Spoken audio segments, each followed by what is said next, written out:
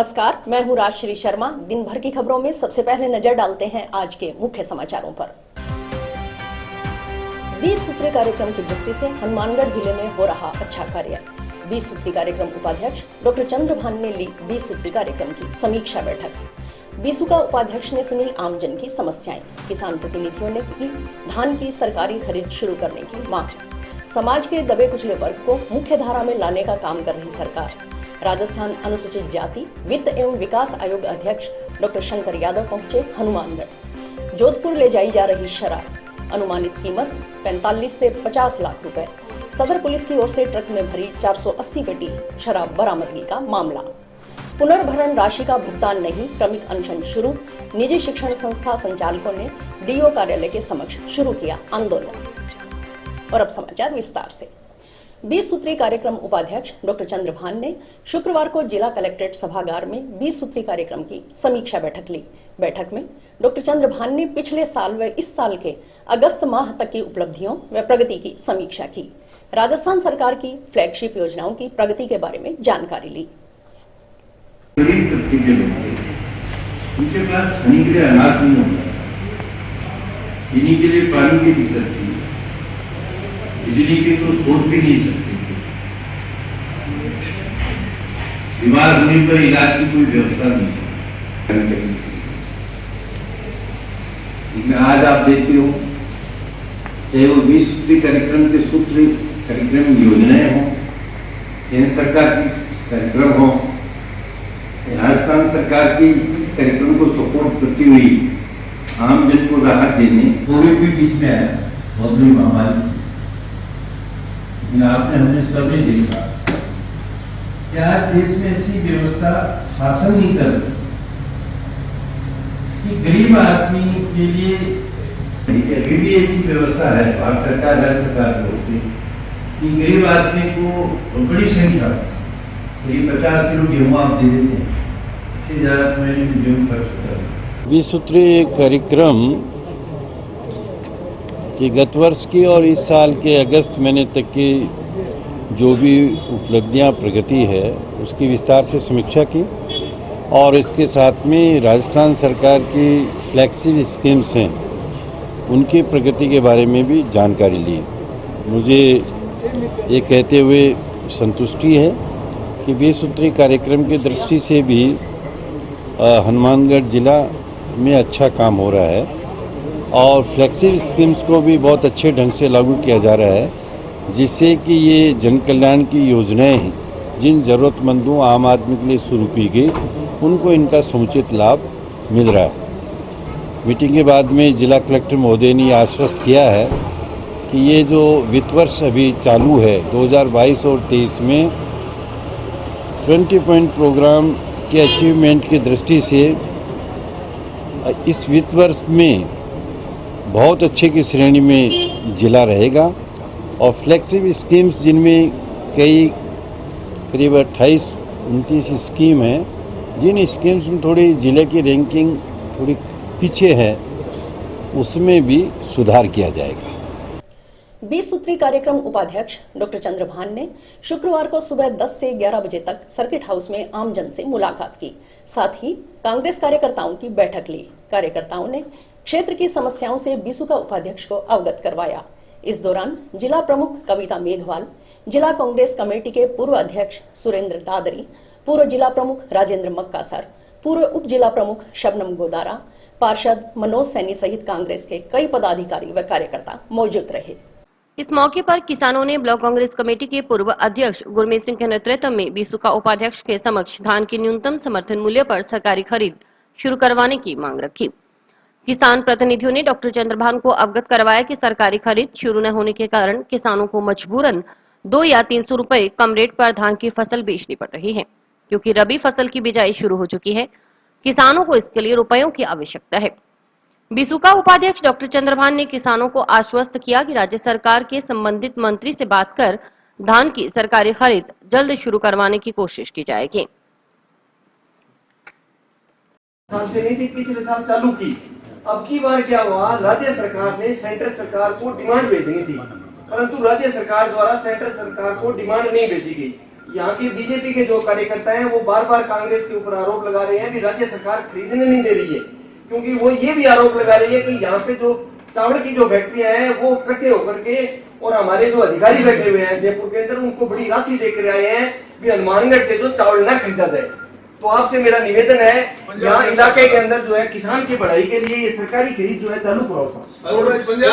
कम बिक रहा था। हाँ, सपोर्ट प्राइस के साथ 200-300 रुपए कम बिक रहा है। सपोर्ट प्राइस पर सरकार व्यवस्था बस सही बात। और वो एक बार थोड़ी खरीद शुरू होती है, भाव ठीक हो सही मंडी को पैसा हो रहा है जी, मिल रहा है। राज्य सरकार का कुछ नहीं लगेगा साहब इसमें, सेंट्रल गवर्नमेंट करेगा। कलेक्टर तो एकदम गांव का आदमी है। वो गांव में साहब तो कलेक्टर तो मिनट लगा साहब डीओ लेटर भेज दी। 20 सूत्री कार्यक्रम के अध्यक्ष चंद्रभान जी हनुमानगढ़ आए हुए हैं। उन्होंने कार्यकर्ताओं की मीटिंग ली थी जिसके अंदर जो हमारे इलाके की समस्याएं थी वो कार्यकर्ताओं ने उनको बताई, और मेन समस्या जो हमारे थी किसानों की वो थी धान की सरकारी खरीद की। उन्होंने हमें आश्वासन दिया है कि हम जल्द ही राज्य सरकार से संबंधित मंत्री से बात करके इसकी सरकारी खरीद है जो जल्द शुरू करवाने की कोशिश करेंगे, और जो किसानों को के साथ 200 रुपये कम से कम 200 रुपये रेट कम मिल रहा है उसके लिए उन्होंने हमें कहा कि हमें खेद है कि यह बहुत जल्दी काम होना चाहिए था और आगे से इसका पूरा ध्यान रखा जाएगा ताकि जल्दी से जल्दी खरीद शुरू हो। पिछली बार आंदोलन करके खरीद शुरू कराई थी, क्या इस बार भी आंदोलन करना पड़ेगा? नहीं, ऐसी बात नहीं, पिछली बार कोई आंदोलन नहीं हुआ था। वो तो कुछ लोग ऐसे होते हैं जो बात का बतंगड़ बना देते हैं। पिछली बार हमने जयपुर से भी मैं 2-3 बार मंत्री जी के पास मैं खुद गया था, और यहाँ हमारे जो कलेक्टर साहब थे उनको भी मैंने बहुत बार मिला था और हमने यहाँ से लेटर दिया था, और मंत्री जी ने भी हमारे कहने से कम 3 बार लेटर दिल्ली भेजा था, लेकिन दिल्ली वाले भी कुछ इसमें अनगर्ज कर रहे थे क्योंकि पहले यहाँ खरीद चालू नहीं थी। इस बार भी जयपुर से लेटर भेजा गया है, और ये लेटर अब चंद्रभान जी ने कहा कि हम और भी आगे लेटर भिजवाएंगे ताकि इसकी खरीद जल्दी शुरू की जा सके। क्या दिवाली से पहले खरीद शुरू हो जाएगी? बिल्कुल जल्दी, हमें पूरी आशा है कि दिवाली से पहले इसकी खरीद शुरू होगी। वहीं जिला परिषद सदस्य मनीष कोदारा के नेतृत्व में मंत्री से मिले किसान प्रतिनिधियों ने धान की पराली जलाने पर किसानों के खिलाफ मुकदमे दर्ज नहीं करने की मांग की। जिला परिषद सदस्य मनीष कोदारा ने बताया कि हनुमानगढ़ में धान फसल की बम्पर पैदावार होती है, इस कारण काफी मात्रा में पराली एकत्रित होती है। किसान पराली को जलाते हैं तो उनके खिलाफ प्रशासन की ओर से मुकदमे दर्ज करवाए जाते हैं। उन्होंने मंत्री से आग्रह किया कि पराली जलाए जाने पर किसानों के खिलाफ मुकदमे दर्ज न किए जाए। साथ ही ग्राम सेवा सहकारी समितियों को ऐसा कृषि यंत्र उपलब्ध करवाया जाए जिसके जरिए पराली की गांठें बनाई जा सकें। इससे किसान को भी फायदा होगा, पराली जलाने की समस्या से भी निजात मिलेगी, क्योंकि पराली जलाने से किसान की जमीन की उर्वरा शक्ति कमजोर होती है। लेकिन किसान मजबूर है, अगर वह पराली नहीं जलाएगा नहीं तो उसे पराली की वजह से कई बार फसल को जोतना पड़ता है, जो वर्तमान में बढ़ती महंगाई में आसान नहीं है। तो लगा दिया एनजीटी ने, क्या करे वो कल्टीवेशन होता नहीं, 6 दफा ट्रैक्टर घुमाओ तो कल्टीवेशन होता है, लेकिन उसकी हार्वेस्टिंग जैसे ही हुआ उसको गांठे बनाने का एक प्रोविजो है। पिछले साल माननीय हमारे प्रधान जी ने भी, मैं भी दुर्भाग्य से चला गया था उस मीटिंग में, तो ये हो रहा था आपके सामने रहते कितने लाने आपको लोडर कितने लाने मशीन में, वो अभी तक तो वो का वो ही है। 1 साल बीत गया, कोई इस तरह की कोई उन्होंने प्रयास नहीं किए जिससे पराली जलाने से किसान वंचित रहे और उसमें मुकदमा नहीं हो। मुकदमा होता है जलाने पे मुकदमा, ऐसे भी है भी अगर वो किसान पराली जलाता है तो वो प्रदूषण करती है, और वही पराली अगर फैक्ट्री में जाके जलाई जाती है तो वो प्रदूषण नहीं करती। ये कैसे है? ये किसान जलाए तो प्रदूषण है। आज हमारे कैबिनेट मंत्री डॉक्टर चंद्रभान जी आए थे सभी किसान प्रतिनिधियों के साथ में। आज हमने सब मिलके जो पराली जलाई जाती है किसान के खेतों में, धान की जो फसल है यहाँ पे बम्पर फसल होती है जिसकी वजह से यहाँ पे पराली भी खूब होती है, तो पराली को जलाया जाता है, उसकी वजह से किसानों के ऊपर मुकदमे किए जाते हैं। उसी बात को लेके आज हमने मंत्री महोदय से मुलाकात की और उनसे आग्रह किया है कि जो किसानों की पराली जलाई जाती है उन पे मुकदमे नहीं हो और एक ऐसा यंत्र दिया जाए सरकार की ओर से जिसकी वजह से वो पराली की गांठें बन जाए, जिससे किसान को भी फ़ायदा हो, 2 रुपये भी किसान को बने और इस पराली को जलाया भी ना जा सके। पराली जलाने से किसान की ज़मीन को भी नुकसान होता है, पर वो मजबूर है क्योंकि किसान अगर पराली को जलाएगा नहीं तो वो पराली ज़मीन में जब आगे फसल बोने का टाइम है उसको फसल कैसे बोएगा, उसको कम से कम 8-8, 10-10 बार उसको ज़मीन को जोतना पड़ता है, और कम से कम ये बढ़ती हुई महंगाई 100 से ऊपर डीजल का रेट हुआ पड़ा है।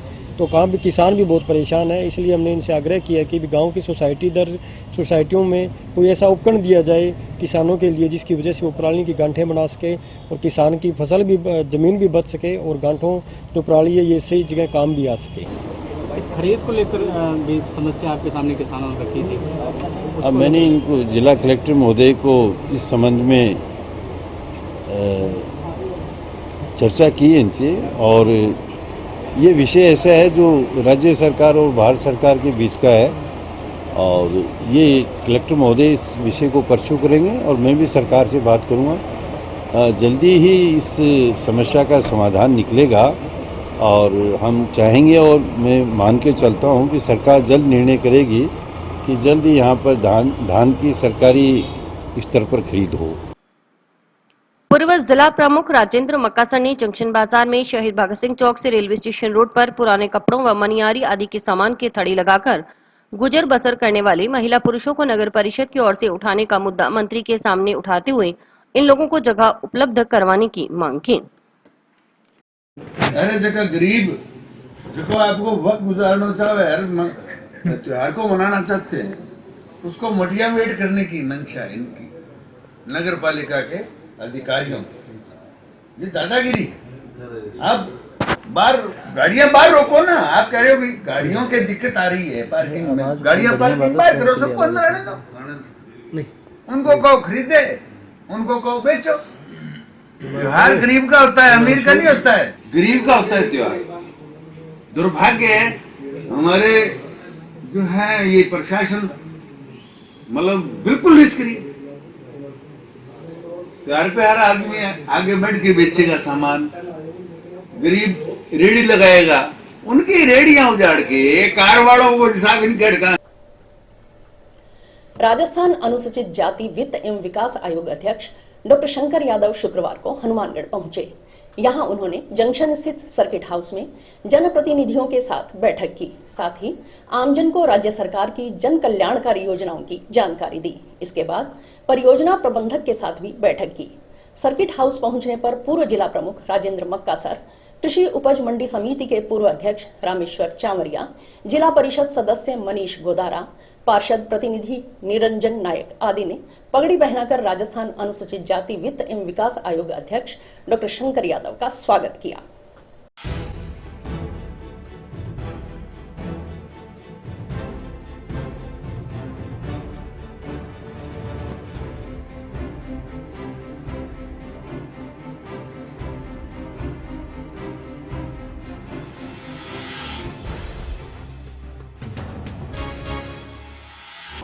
राजस्थान के माननीय यशस्वी मुख्यमंत्री अशोक गहलोत जी ने पिछले बजट में राजस्थान के अनुसूचित जाति, जनजाति और पिछड़े वर्ग के लोगों के कल्याण के लिए कई भागीरथी योजनाएं बनाई और उन योजनाओं के माध्यम से समाज का जो दबा कुचला और कमज़ोर तबका है उसको मुख्य धारा में लाने का काम शुरू किया है।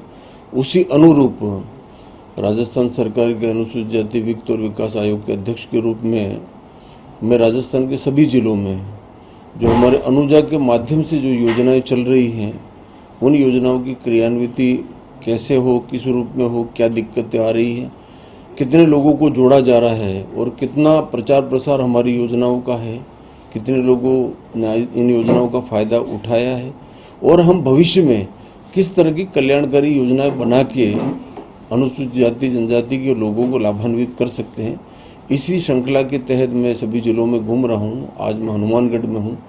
यहाँ के जनप्रतिनिधियों और अधिकारियों से मेरा संवाद चल रहा है।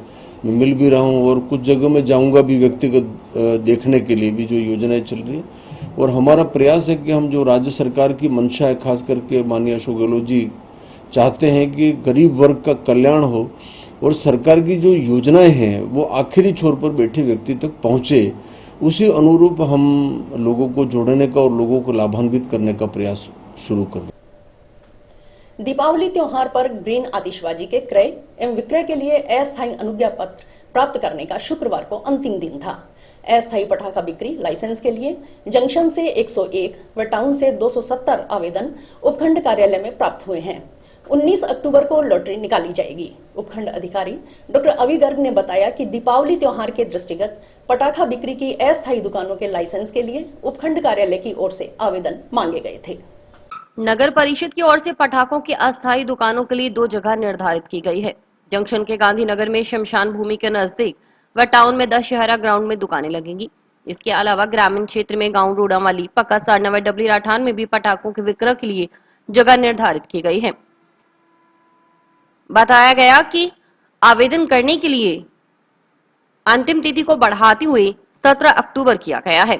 इसके बाद अनुमानित 19 अक्टूबर को लॉटरी निकाली जाएगी। जंक्शन में करीब 101 व टाउन से करीब 270 आवेदन प्राप्त हो चुके हैं। नगर परिषद के सभागार में लॉटरी निकाली जाएगी। लॉटरी प्रक्रिया के जरिए 3 दिन के लिए पटाखों की बिक्री की अस्थायी दुकानों के लिए लाइसेंस दिए जाएंगे। दुकानों के लिए नगर परिषद की ओर से मानचित्र बनाया जाएगा। बिजली पानी की व्यवस्था की जाएगी। सुरक्षा के दृष्टिगत नगर परिषद को पटाखा विक्रय स्थल पर फायर ब्रिगेड की व्यवस्था करने के लिए निर्देशित किया गया है। वहीं लाइसेंस लेने वाले पटाखा विक्रेता के लिए भी मिट्टी की बाल्टी, पानी, आग बुझाने का यंत्र दुकान पर रखने की शर्त रहेगी। बाकायदा इसकी समय समय पर जांच की जाएगी। इसके अभाव में लाइसेंस रद्द कर दिया जाएगा। इस बार भी ग्रीन पटाखों की बिक्री की जाएगी। गौरतलब है कि दीपावली त्योहार पर ग्रीन आतिशबाजी के क्रय और विक्रय के लिए अस्थायी अनुज्ञा पत्र प्राप्त करने के लिए 10 से 14 अक्टूबर तक आवेदन मांगे गए थे। इसके बाद आवेदन की तिथि को बढ़ाते हुए 17 अक्टूबर कर दिया गया है। आतिशबाजी के क्रय विक्रय का समय सुबह 8 बजे से शाम 7 बजे तक रहेगा। दिवाली में अस्थायी पटाखों के लाइसेंस के लिए उपखंड कार्यालय द्वारा आवेदन मांगे गए थे। नगर परिषद द्वारा 2 स्थान चिन्हित किए गए हैं। टाउन में दशहरा ग्राउंड और जंक्शन में शमशान भूमि के पास वाली जगह डिसाइड की गई। इसके अलावा रोडावाली, पक्का सारना और डबली, यहाँ पर भी अलग अलग ग्राम पंचायत द्वारा जगह बताई गई है पटाखों के लाइसेंस के पटाखों के विक्रय के लिए। टाउन में लगभग 270 के करीब और जंक्शन में करीब 101 के करीब आवेदन अभी में प्राप्त हुए हैं। ये लॉटरी शायद 18 या 19 में से एक दिन निकाली जाएगी नगर पालिका में। इसका आज विज्ञप्ति जारी कर देंगे हम। और 3 दिन के लिए अस्थायी रूप से पटाखे विक्रय करने के लिए लाइसेंस दिया है। ट्रक में लकड़ी की गिट्टियों की आड़ में छुपाकर ले जाई जा रही 480 पेटी अवैध शराब बरामदगी के मामले में खुलासा हुआ। यह शराब पंजाब के अमृतसर से लोड की गई थी। इसकी सप्लाई जोधपुर में देनी थी। यह खुलासा आरोपी ट्रक चालक डूंगर राम निवासी गांव बाछड़ाऊ जिला बाड़मेर ने सदर पुलिस की प्रारंभिक पूछताछ में किया है।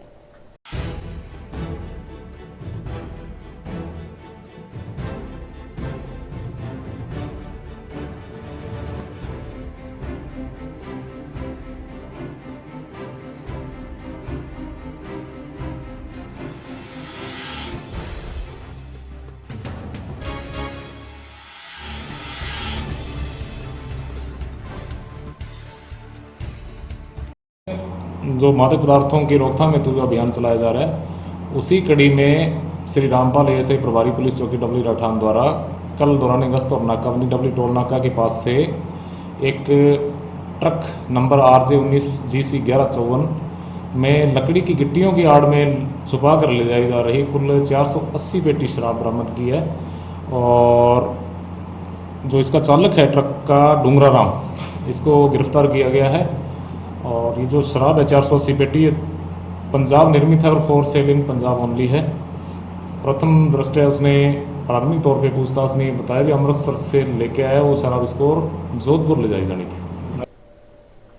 और अभी वक्त है एक ब्रेक का।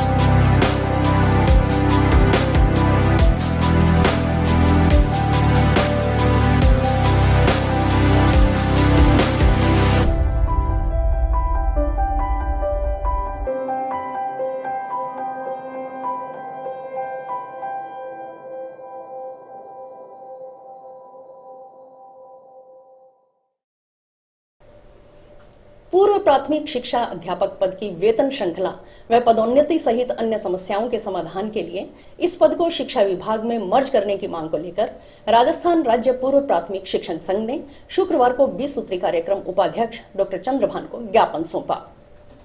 मर्ज किया उसके लिए हम आपका धन्यवाद देते हैं। सर हमारी एक मुख्य मांग और थी शिक्षा विभाग, मर्जर तो हो ही रहा है सर, बहुत अच्छे है, मतलब शिक्षा विभाग हमारे लिए बहुत कुछ किया है सर, लेकिन सिर्फ 3600 ग्रेड पे हमारे साथ में ये है सर हमारा मुख्य बिंदु। सर आप हम जमीन शिक्षा विभाग में करने की बात चल रही थी। हाँ वो तो हो रहा है सर, महिला बाल विकास में हो गया अभी। हाँ सर, तो हमारी मुख्य मांग थी पदोन्नति ग्रेड पे 3600 की, अब है 2400। तो सीएम साहब ने बहुत कुछ हमारे लिए किया है और ये भी हो रहा है, और सर आपकी भी बहुत। मेरे को शिक्षा विभाग के लिए कहते हैं, शिक्षा विभाग में भेजो हमें। हाँ शिक्षा विभाग ग्रेड वाला भी उससे जुड़ा हुआ है। हाँ ग्रेड पे अब ग्रेड बजट घोषणा हुई थी सर हमारी, तो उसमें यही कहा गया था कि आपको 3600 ग्रेड पे के साथ उसमें बढ़ा करेंगे।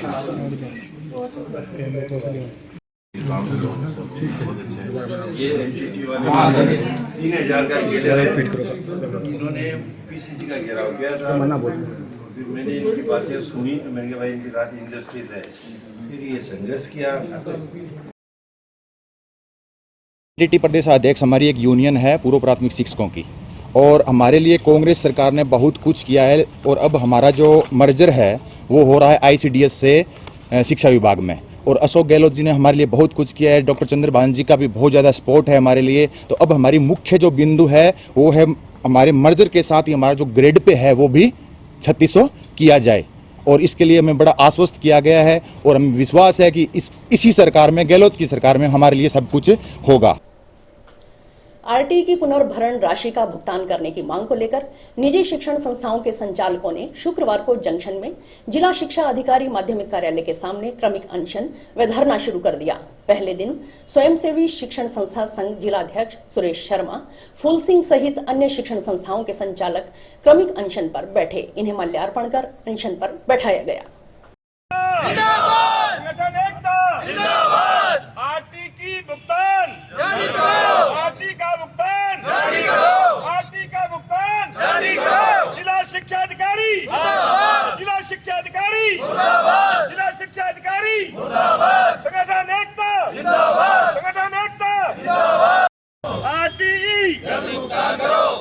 आज प्राइवेट स्कूल एसोसिएशन हनुमानगढ़ के पदाधिकारी, जिला शिक्षा अधिकारी माध्यमिक हनुमानगढ़ के सामने क्रमिक अनशन पर बैठे हैं। हमारा ये जो क्रमिक अनशन है ये अनिश्चितकालीन है, जब तक हमको आरटी का भुगतान नहीं किया जाएगा।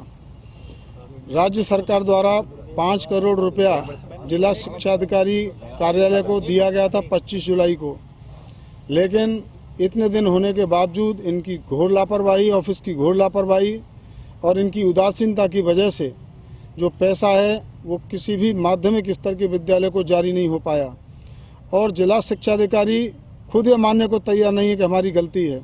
इसके विरोध स्वरूप हमारे पदाधिकारी पूरी यूनियन के तहसील वाइज क्रमवार क्रमिक अनशन पर बैठेंगे, और जब तक हमारा भुगतान नहीं होता हमारा एक क्रमिक अनशन जारी रहेगा। दिवाली से पूर्व ये भुगतान होना आवश्यक है। ये कोई भी कार्रवाई इनको आरटी के प्रति नहीं है, ऑफिस में केवल ये सरकारी काम की तरफ ध्यान देते हैं। इनको प्राइवेट स्कूलों से मिलने वाली जो राशि है प्राइवेट स्कूलों को आरटी की, उसकी तरफ इनका ध्यान ही नहीं रहता, और उसी की घोर लापरवाही का परिणाम है कि जो पैसा है वो जारी नहीं हो सका। जिला मुख्यालय की निकटवर्ती ग्राम पंचायत 2 केएनजी की एक विधवा महिला अपने पति का मृत्यु प्रमाण पत्र बनवाने के लिए दर दर की ठोकरें खाने को मजबूर है। आंगनबाड़ी केंद्र की ओर से रिपोर्ट नहीं किए जाने के कारण मृत्यु प्रमाण पत्र बनवाने में रुकावट पैदा हो रही है।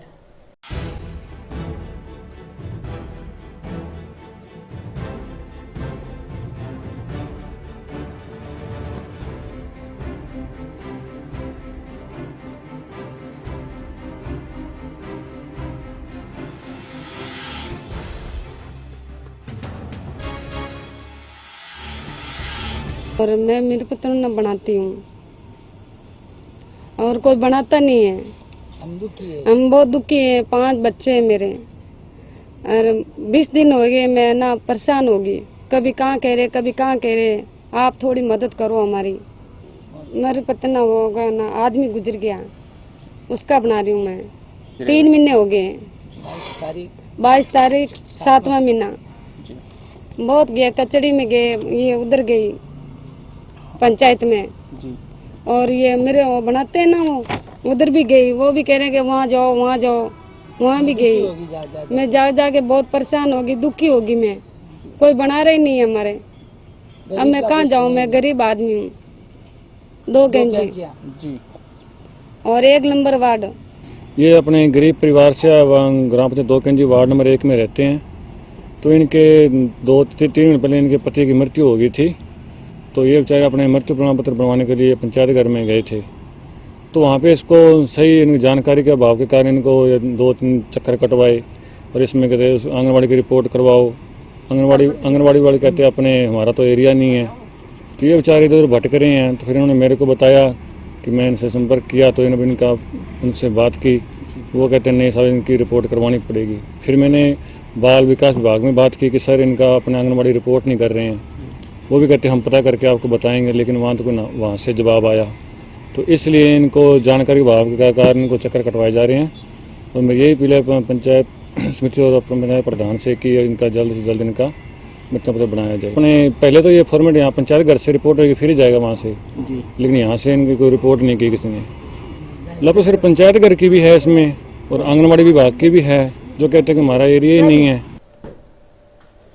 विद्युत निगमों में पेंशनर्स के लिए आरजीएचएस स्कीम लागू करने की मांग को लेकर आरएससीबी पेंशनर्स एसोसिएशन ने शुक्रवार को 20 सूत्री कार्यक्रम उपाध्यक्ष डॉक्टर चंद्रभान को ज्ञापन सौंपा। यह ज्ञापन सर्किट हाउस में आमजन से मुलाकात करने के दौरान बीसू का उपाध्यक्ष को सौंपा गया।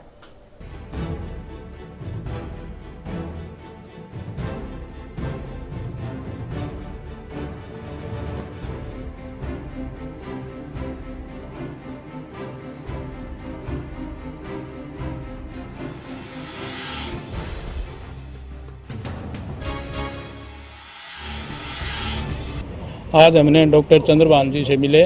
उनको जो आरएससीबी पेंशनर के लिए आरजीएचएस स्कीम लागू नहीं की है, उसके संबंध में हम लागू करने बाबत उनको एक ज्ञापन दिया है। और इसमें ये है कि हमारे को अभी तक पेंशनर के आरएससीबी मतलब राजस्थान राज्य सरकार में सभी के लिए आरजीएचएस स्कीम है वो लागू है, लेकिन विद्युत निगमों में ये स्कीम अभी तक लागू नहीं की गई। और ये स्कीम लागू करने बाबत आज हमने डॉक्टर चंद्रभान जी को ज्ञापन दिया है, और उन्होंने हमें आश्वासन दिया है कि इसमें हम मुख्यमंत्री महोदय से मिलकर कार्रवाई करेंगे। और इसी के साथ समाचार समाप्त हुए। रोजाना देखते रहिए समाचार। नमस्कार।